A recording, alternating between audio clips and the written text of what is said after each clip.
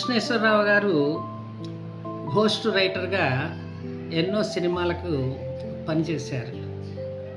అవన్నీ హిట్ అయినాయి. దురదృష్టం ఏంటంటే ఆయన టైటిల్ కార్డుతో వచ్చిన సినిమాలు అపజయం పాలైనాయి.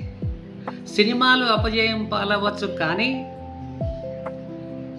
సంభాషణ రచయితగా, నాటక రచయితగా మా కృష్ణేశ్వరరావు గారు ఎప్పుడూ అపజయం పొందలేదు. ఆ మాటలు, ఆ సంభాషణలు ఆయన్ని ఎంతోమంది దర్శకులకు దగ్గర చేశాయి. ఎన్నో సినిమా కంపెనీలకు దగ్గర చేశాయి. ఎంతోమందితో పరిచయం పెరిగేలాగా చేశాయి. సినిమా రంగంలో ఆయన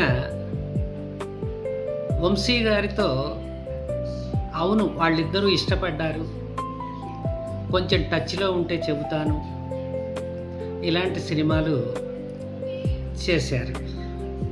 మోహన్ బాబు గారితో శ్రీరాములయ్య సినిమాకు కథను తయారు చేశారు. అలాగనే శ్రీహరి గారితో భద్రాచలం లాంటి సినిమాలకు చేశారు. ఆర్ నారాయణమూర్తి గారితో కలిసి కొన్ని సినిమాలు చేశారు. ఇలా చాలా సందర్భాలలో ఆయన చాలామంది దర్శకులకు, రచయితలకు అండగా నిలబడేవారు, వారి అభిమానాన్ని పొందేవారు.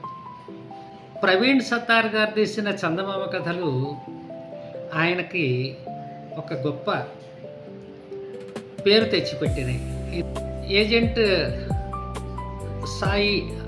ఏజెంట్ ఆత్రేయ సాయి అలాంటి సినిమాలో కూడా ఈయన మంచి పాత్ర నటించారు.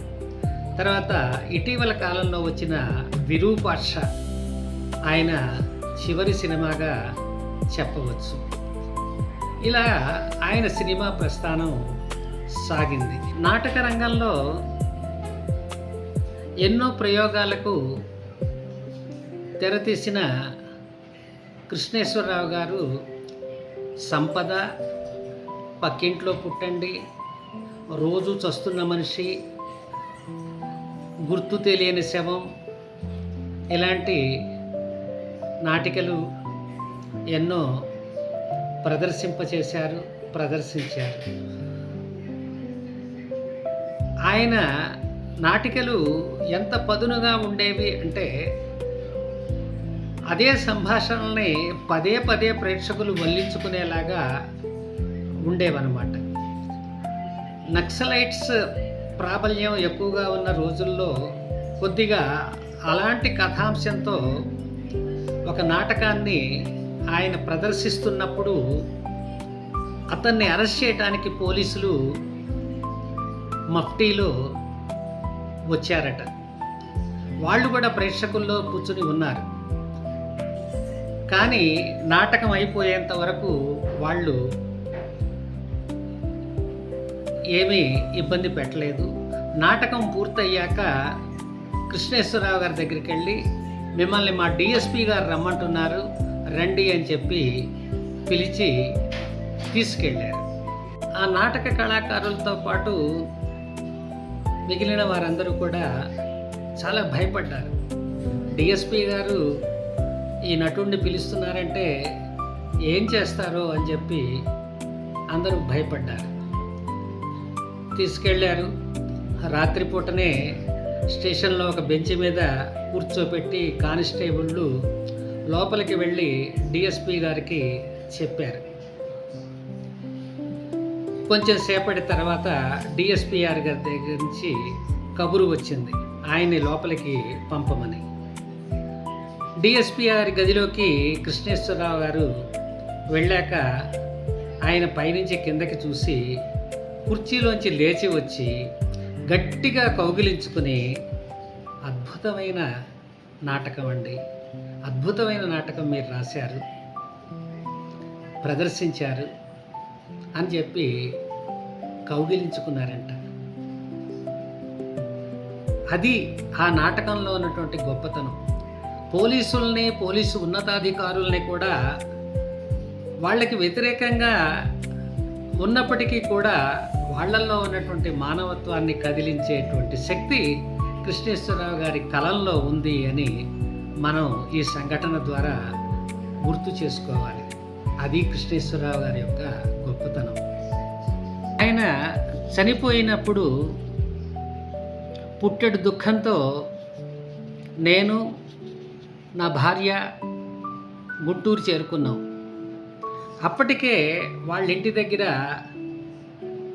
పదులలో ప్రారంభమయ్యి వందలల్లా వేలుగా మారిపోయారు ఆయన అభిమాన సందోహం.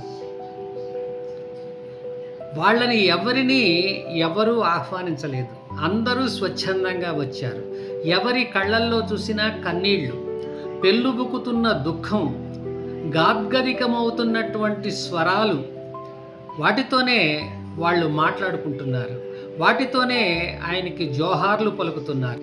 రచయితలు, గాయకులు అందరూ కలిసి జోహార్ కృష్ణేశ్వరరావు, జోహార్ కృష్ణేశ్వరరావు అంటూ కన్నీళ్లతో పాటలు పాడుతూ డప్పులు మోగిస్తూ ఆయనకు నివాళులు అర్పించడం చూశాక నాకు అనిపించింది, ఆహా, ఒక మనిషి చావు ఇంతమందిని కదిలించింది కదా, ఏం చేసి కృష్ణేశ్వరరావు గారు ఇంతమంది అభిమానాన్ని చూరగొన్నారు అని నేను అనుకున్నాను.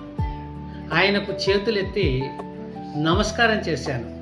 నాకు కృష్ణేశ్వరరావు గారు చనిపోయాకనే ఆ అభిమానుల్ని, ఆ జనసందోహాన్ని చూశాక ఆయన గొప్పతనం మరింత బాగా తెలిసింది. ఇవాళ సోషల్ మీడియాలో ఎన్ని పోస్టులో వచ్చాయి. అటు విజయవాడలో, గుంటూరులో, హైదరాబాదులో సంతాప సభలు పెట్టారు, సంస్మరణ సభలు పెట్టారు. మామూలుగా చూస్తే ఏదో చిన్న పాత్రలు వేసుకునే ఒక నటుడికి ఇంత గౌరవాభిమానాలు, గౌరవాదరాలు దొరకటం అనేటువంటిది చాలా విశేషం. అయితే ఇదంతా ఒట్టిగా వచ్చింది కాదు, శ్రమ పడకుండా వచ్చింది కాదు. అదంతా ఆయన కలం బలంతో, ఆయన అభినయ కౌశలంతో మాత్రమే వచ్చింది. దాదాపు ఏడాదిగా శ్వాసకోశ వ్యాధులతోటి అవస్థలు పడుతున్నారు కృష్ణేశ్వరరావు గారు. నేను మొన్న ఏప్రిల్ లేదా మేలో వెళ్ళి కలిసినప్పుడు ఆయన పరిస్థితి చాలా ఇబ్బందికరంగా ఉంది. ఆక్సిజన్ సిలిండర్లు, వాటిని నడిపించే యంత్రాలు అవన్నీ పెట్టుకుని ఆ యంత్రాల మీదే ఆయన జీవనం సాగిస్తున్నారు. ఆ సందర్భంలో కూడా ఎంతోమంది వచ్చి ఆయన్ని పరామర్శించేవారు. ఈ మంచం మీదనే పాపం ఆయన కాలం వెళ్ళబుచ్చుతున్నప్పుడు వాళ్ళ తమ్ముడు భాస్కర్రావు గారు అన్నగారికి చేసిన సేవలు అన్నీ కావు. రాముడికి లక్ష్మణుడు ఎలా అండదండలు అందించాడో అన్ని అండదండలు భాస్కర్రావు గారు అందించటం, వాళ్ళ సోదరీమణులు అందించటం నాకు చాలా చాలా గొప్పగా అనిపించింది. కొన్నాళ్ల క్రితం గుంటూరు పక్కనే ఉన్న నల్లపాడు అనే గ్రామానికి కృష్ణేశ్వరరావు గారు ఈ సరంజామా అంటే ఈ ఆక్సిజన్ వగైరాలు ఇవన్నీ తీసుకుని నల్లపాడు వెళ్ళారు. నల్లపాడులో వాళ్ళ చిన్నక్కయ్య గారు ఉన్నారన్నమాట.